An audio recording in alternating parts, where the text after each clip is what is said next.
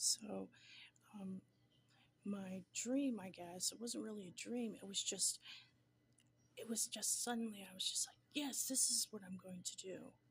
And maybe I'll get involved in their FACES program, which is it's you learn their computer program for identifying persons, either perpetrators or missing persons, or getting involved in a more artistic background, and that would encompass criminal justice, artistry, and some form of like social work and doing good. Because I really felt like art is nice.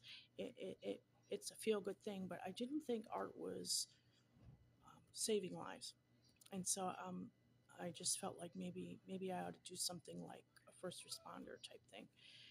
Those that idea, that notion, that those plans were done away with somewhere around the time just after I left Gretchen Bellinger Inc., not feeling right in my head. And I finally had to admit it. And as a matter of fact, Miss B was the first person I told that I felt followed. I feel, and I said, I know what this describes is some form of schizophrenia. And she said,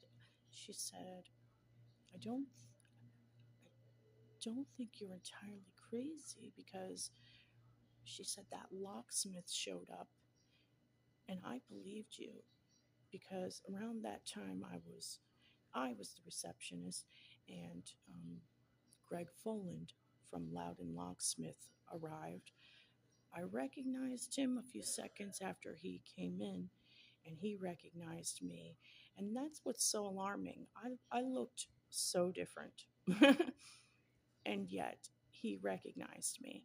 And it was so many decades earlier when I lived with Frank, when I was around 19 years old, that I was going to a job interview. I accidentally locked my keys in my car, and Loudon Locksmith was called by my AAA, and AAA sent Loudon Locksmith.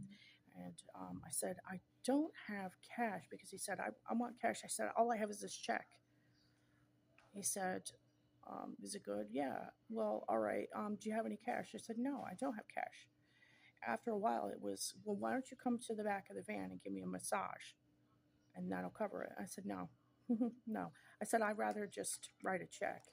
I wrote a check, and I left. I went into this building. I called Loudon Locksmith to complain about their employee, and it was him who I called to complain to. He doubled back and tried to run me